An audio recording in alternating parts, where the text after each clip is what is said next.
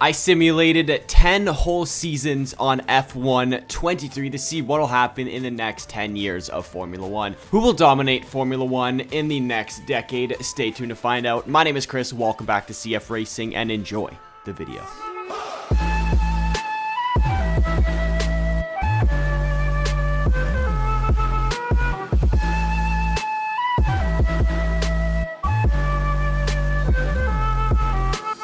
Season 1 in 2023 was a little different than real life, as Max Verstappen has won his World Drivers' Champion. I guess that makes him three-time World Champion in real life, but first time in this simulation, as he takes 9 wins on the year, 447 points to finish P1. George Russell takes 7 wins, 387 points, and finishes P2. Charles Leclerc takes 4 wins, 367 points, finishes P3. Lewis Hamilton takes 3 wins, 341 points, and finishes P4. Quite a good battle for P2, honestly. Carlos Sainz takes 250 points, finishes P5, and Sergio Perez had a very disappointing season, taking 237 points to finish P6. The disappointing season for Perez helped Mercedes actually win the Constructors' title, which is a little unrealistic, I have to say. With Red Bull P2, Ferrari P3, Aston Martin P4. Unfortunately, they did not get any wins this season. Sucks for Alonso and Lance Stroll. Alpine finished P5, followed by McLaren, Alfa Romeo, AlphaTauri, Haas in P9, and Williams in dead last. In the driver transfer market, sadly, Fernando Alonso retires from Formula 1. That moves Lando Norris to Aston Martin, Valtteri Bottas to McLaren, Sergio Perez goes to Alfa Romeo, Charles Leclerc goes to Red Bull. That's quite interesting. George Russell goes to Ferrari. Logan Sargent goes to Mercedes. Lance Stroll goes to Williams. Nick De Vries goes to Aston Martin. Nico Hülkenberg goes to AlphaTauri. Alexander Albon goes to Haas. And Liam Lawson goes to Williams as a rookie. Good for him. And heading into 2024, there is a regulation change to durability. Right when Charles Leclerc leaves Ferrari, they end up winning a driver's championship, and George Russell becomes a world champion as he takes 6 wins on the year, 425 points to finish P1. You love to see it.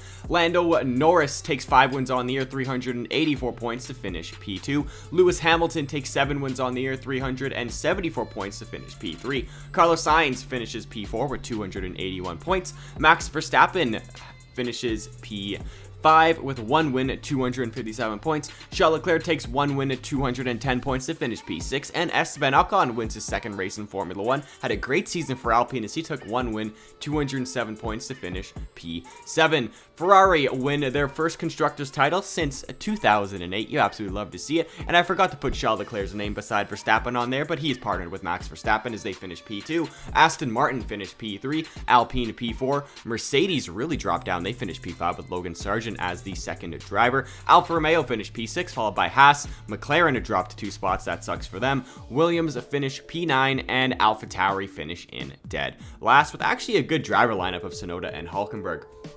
In the driver transfer market, Lewis Hamilton retires from Formula 1.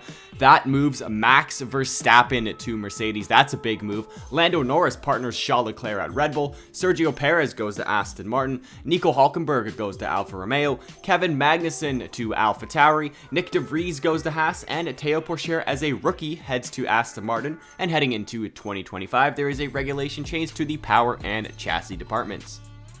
In Season 3, George Russell wins back-to-back World Drivers' Championships as he takes 12 wins on the year. Great year for him. 486 points to finish P1. Carlos Sainz takes 5 wins, 420 points. Nice to finish P2. Max Verstappen takes 3 wins, 298 points to finish P3. And Pierre Gasly takes 2 wins, 247 points and finishes P4.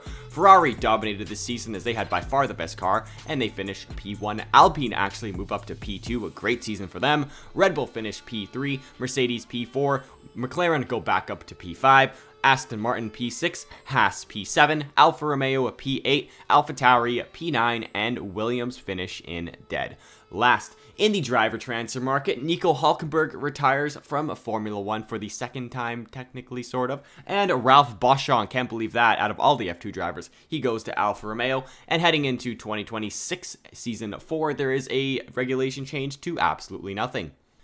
In 2026, Max Verstappen wins his first World Drivers' Championship for Mercedes, but second of the simulation, as he takes 10 wins on the year, 421 points, not 321, and finishes P1. Charles Leclerc takes 4 wins, 407 points to finish P2. He was very consistent this year. Lando Norris takes 2 wins, 332 points to finish P3. George Russell takes 2 wins, 276 points to finish P4. Carlos Sainz takes 1 win, 244 points to finish P5. Gasly takes 1 win at 227 points and finishes P6. Logan Sargeant takes his first ever win in Formula 1 as he takes 1 win, 175 points to finish P7. And Esteban Ocon had 1 win, 143 points and finished P8. Red Bull win their first Constructors title of the simulation, followed by Ferrari P2, Mercedes P3, Alpine P4, McLaren P5, Aston Martin P6, Alfa Romeo P7, Haas P8, Williams P9, and AlphaTauri once again stay in dead last. In the driver transfer market, Lance Stroll goes to Mercedes, Felipe Drugovich replaces him at Williams, and Logan Sargeant heads to free agency. And heading into Season 5 in 2027, there is a regulation change to the aero departments. In 2027, Max Verstappen wins his second consecutive Constructors title, but third of this simulation, as he takes 10 wins on the year, 433 points, and finishes P1. Charles Leclerc takes 5 wins, 385 points, and finishes P2. Lando Norris takes 3 wins, 322 points, finishes P3. George Russell takes 3 wins, 297 points, finishes P4. And Théo Pourchaire wins his first ever race in Formula 1 for Aston Martin. Good for them. He takes 1 win, 226 points, and finishes P5. Red Bull win their second consecutive Constructors title, followed by Mercedes P2, Ferrari P3, Alpine P4, Aston Martin P5, McLaren P6, Alfa Romeo P7, Haas P8, Williams P9, and AlphaTauri are still in dead last. In the driver transfer market, we had 2 retirees with Sergio Perez and Valtteri Bottas. That moves Alexander Albon to Alfa Romeo, Logan Sargeant goes to Aston Martin, Jehan Daruvala as a rookie goes to Haas, and that moves Zhou Guanyu to McLaren. And heading into 2028, there is a regulation change to nothing. In 2028, Max Verstappen wins his 4th driver's title of the simulation as he takes 9 wins, 457 points, what a season he had, to finish P1. Lando Norris takes 5 wins, 368 points, he beats Charles Leclerc for the first time and finishes P2. Charles Leclerc takes 4 wins, 357 points and finishes P3, exactly 100 points behind Verstappen. George Russell takes 1 win, 321 points and finishes P4. Carlos Sainz takes 210 points, finishes P5. Théo Pourchaire takes 1 win, 187 points and finishes P6, and Lance Stroll takes 1 win, 141 points and finishes P10.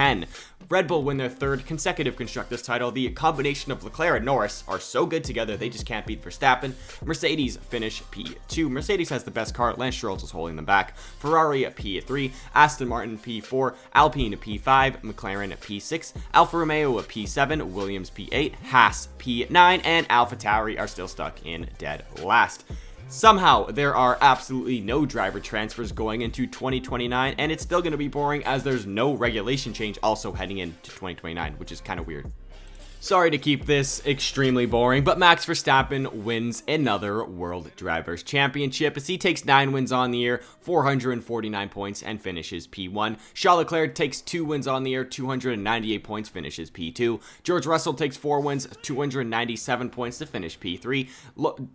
Lando Norris takes 5 wins, 263 points, finishes P4, and Logan Sargeant takes 3 wins, 240 points, and finishes P5. Honestly, pretty good battle for P2 in the standings, as Max Verstappen walked away with the title. Red Bull still remain on top as they win another Constructors title, with Mercedes P2, Ferrari P3, Aston Martin P4, Alpine P5, McLaren P6, Williams move up to P7, Alfa Romeo P8, Haas P9, and AlphaTauri still in dead last. They're not good in simulation, let's be honest here.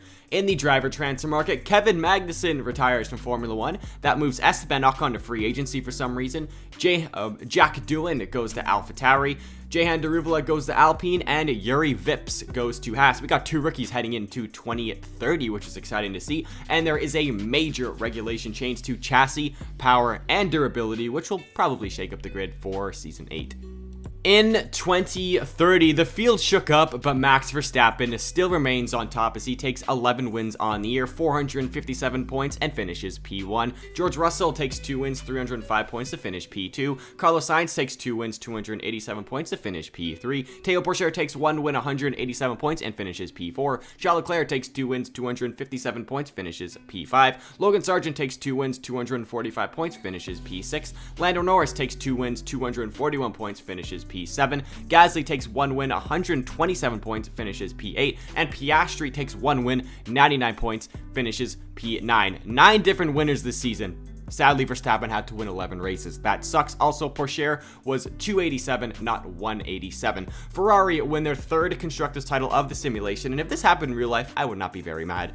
Mercedes finished P2, Aston Martin P3, Red Bull dropped down to P4. They were hit very hard by the regulation change. Williams, what a season. They are P5. You absolutely love to see it with Drugovich and Liam Lawson. Gasly and Deruvala with Alpine finished P6, McLaren P7, Alfa Romeo P8, Haas P9, and AlphaTauri still stink there in dead last.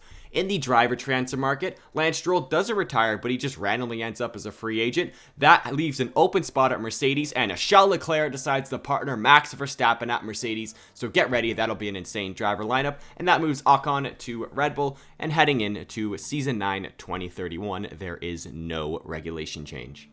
In 2031, Max Verstappen still remains on top as he takes 9 wins on the year, 408 points, finishes P1, and wins his 7th Constructors title of the simulation. And if you count 2021 and 2022, that's 9 World Drivers' Championships for Max Verstappen.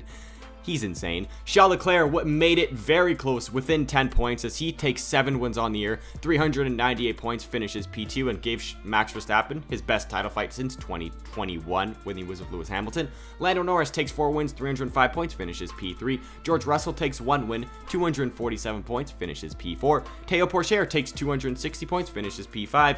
Ocon had 1 win, 245 points to finish P6.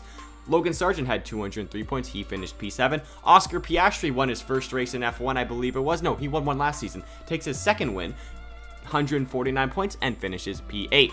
Mercedes win their 2nd Constructors title of the simulation, as they should, with Verstappen and Leclerc as their drivers, with Red Bull P2, Aston Martin P3, Ferrari P4, McLaren P5, Alpine P6, Williams P7, Alfa Romeo P8, AlphaTauri, they're not in last anymore. Isn't that amazing? But we have, let's say it all together, Haas in dead last. And in the driver transfer market, Carlos Sainz retires from Formula 1. That moves Yuki Tsunoda to Ferrari. Jehan Deruvala goes to AlphaTauri for the last season. Lance Stroll goes to Alpine. Nick De Vries also retires from Formula 1, and that moves Frederick Vesti to Haas as a rookie, even though he's probably very old at this point. And heading into the final season in 2032, there is a regulation change to the aero departments.